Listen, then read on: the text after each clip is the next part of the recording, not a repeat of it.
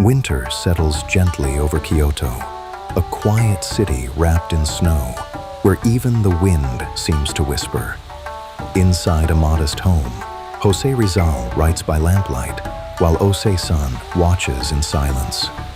The pen has long been my sword, but now, with clearer eyes and a fuller heart, I write not only to awaken, but to unite. His words travel far beyond the page, carrying a vision meant for those across the sea. A new path, not shaped by the West alone, but rooted in the strength of Asia. The message is sent to Marcelo H. del Pilar, Graciano Lopez Jaena, and Antonio Luna, waiting in Europe.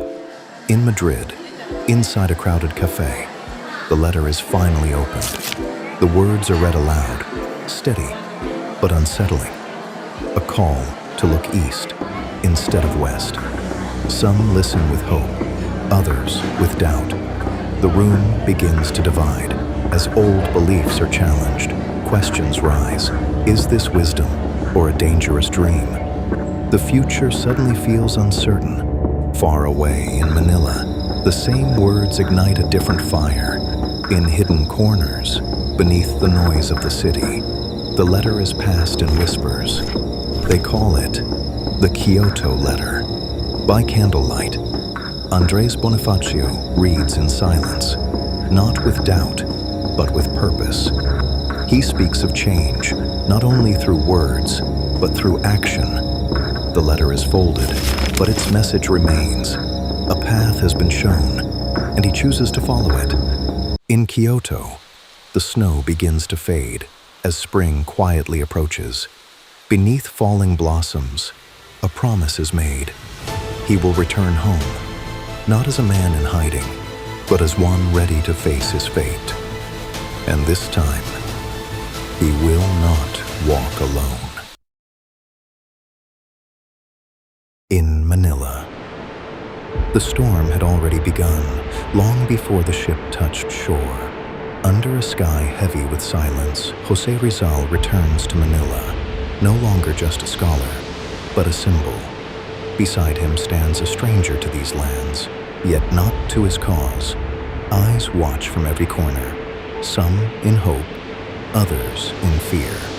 Because the moment he stepped onto that dock, everything began to change. In the hidden corners of the city, another fire waits.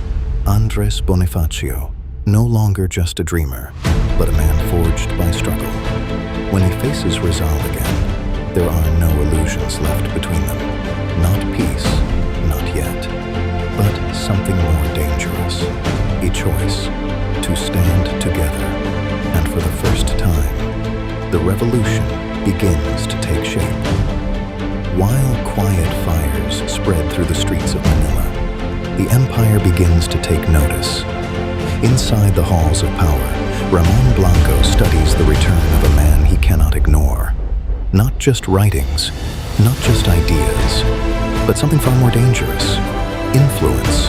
Foreign eyes now watch the islands, and with them, the balance of power begins to shift. In a room filled with silence, two futures collide. The empire and the man who dares to challenge it. Rizal does not raise a weapon. He offers something far more powerful. A choice, reform, dignity, a nation allowed to breathe. But beneath his calm words lies a truth no ruler can ignore. If that choice is denied, then the next time they meet, it will not be as speaker and governor, but as a people ready to rise. Beyond the eyes of the empire, beneath the cover of night, the future of a nation gathers in silence. In the forests of Cavite, voices once divided now stand as one.